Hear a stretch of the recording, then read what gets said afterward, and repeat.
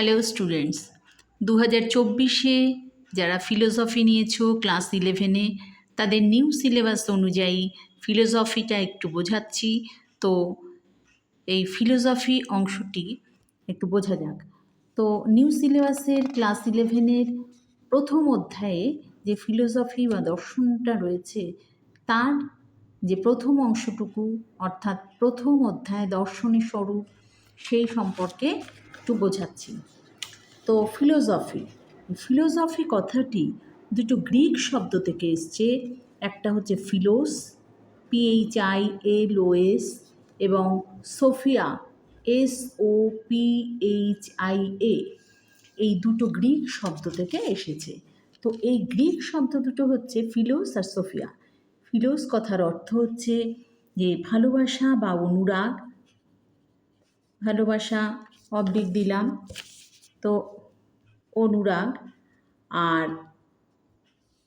Sophia কথার অর্থ হচ্ছে জ্ঞান বা সত্য, জ্ঞান অবলিক সত্য দিলাম।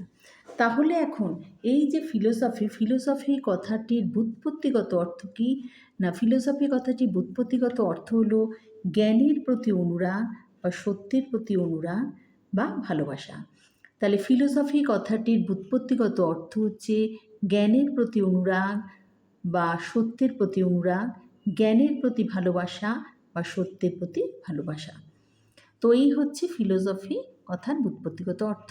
তো এই ফিলোসফি কথা থেকে এসছে আমার ফিলোসফার।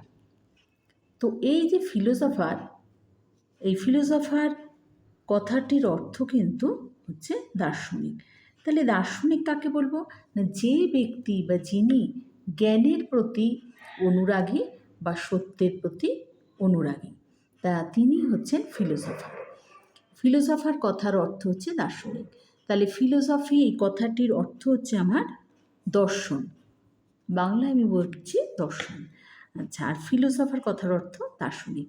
এবার বলি যে এই বাংলায় যে ফিলোসফি যেটা ইংরাজি সেটার বাংলা কথা হচ্ছে দর্শন। তো দর্শন এই কথাটি এসেছে আমাদের দৃশ ধাতু, যে দর্শন শব্দটি এসছে, আমি দুটো ভাগে যদি ভাগ করি, একটা হচ্ছে দৃশ ধাতু, এর সঙ্গে কিন্তু অনট প্রত্যয় যুক্ত হয়ে, যে অনট অর্থাৎ দৃশ ধাতু অনট প্রত্যয় যুক্ত হয়ে এই দর্শনটা কিন্তু দৃশ ধাতু অনট প্রত্যয় যোগে হচ্ছে, কিন্তু দর্শন কথার অর্থ কিন্তু দেখা। আবার এই ফিলোসফি কথার অর্থ হচ্ছে দর্শন, এই দর্শন কথাও হচ্ছে কিন্তু দেখা। তো এই যে এই দেখা এবং এই যে দেখা, দর্শনের দেখা, এই দুটো কিন্তু এক নয়, দুটো কিন্তু সমার্থক নয়। তো এবারে এই প্রশ্নগুলোকে তোমরা একটু ভালো করে করবে, এগুলোকে আমি তোমাদের দিয়ে দিচ্ছি।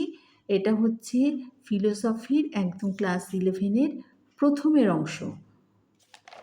তো এবার চলো, এবারে দেখো এক্ষেত্রে যে দর্শন অর্থ সম্পর্কে যা কিছু আছে প্রথম অংশ অর্থাৎ প্রথম অধ্যায়ে তোমরা পাবে। ফিলোসফি শব্দটি দুটো গ্রিক শব্দ ফিলোস এবং সোফিয়া থেকে এসেছে।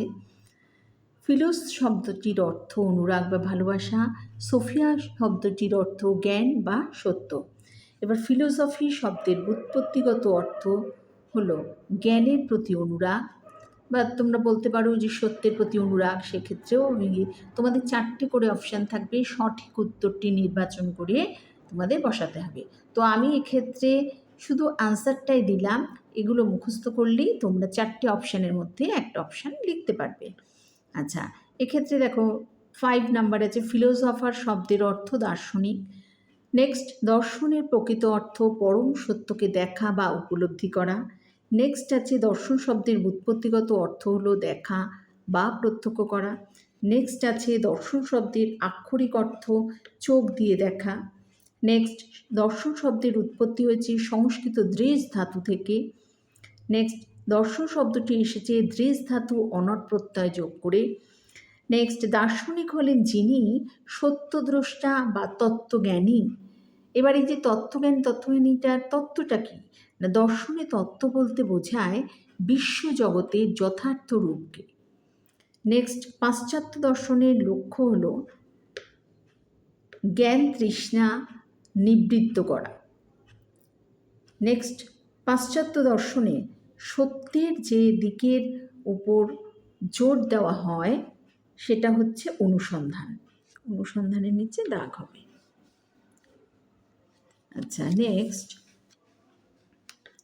দেখো এই অনুসন্ধানের নিচে দাগ। নেক্সট হচ্ছে পাশ্চাত্য ফিলোসফি এর উৎপত্তি হয়েছে বিস্ময় থেকে। নেক্সট, পাশ্চাত্য দর্শনের উদ্দেশ্য তত্ত্বচর্চা। তত্ত্বের আলোচনাকে বলে চর্চা।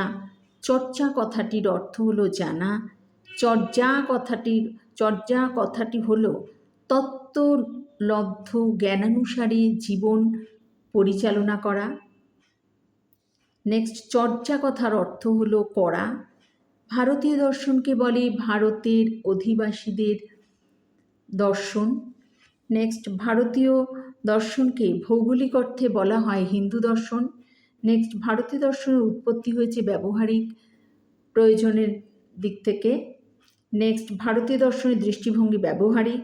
নেক্সট, ভারতীয় দর্শনের প্রধান লক্ষ্য হলো দুঃখের আত্যন্তিক নিবৃত্তি। নেক্সট, ভারতীয় দর্শনের অপর নাম মোক্ষশাস্ত্র। নেক্সট দিয়েছি ভারতীয় দর্শন হলো বিচারমূলক।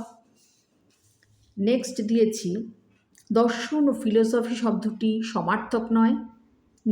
নেক্সট দিয়েছি ফিলোসফার শব্দটি প্রথম উল্লেখ করেন পিথাগোরাস, ইম্পর্টেন্ট প্রশ্ন। লাস্টে দিয়েছি ভারতীয় হিন্দুদের বলা হতো হিন্দু। তো এই প্রশ্নগুলোকে তোমরা একটু খাতায় লিখে নিয়ে মুখস্থ করবে। এটা হচ্ছে ক্লাস 11-এর একদম প্রথমের দিকে যে নিউ সিলেবাস 2024-এ দিয়েছে তারই প্রথম টপিক দর্শন অর্থ, সেইটার প্রশ্নপত্র এবং উত্তর দিয়ে দিয়েছি। এটা হচ্ছে সঠিক উত্তরটি নির্বাচন করো, তার আনসার।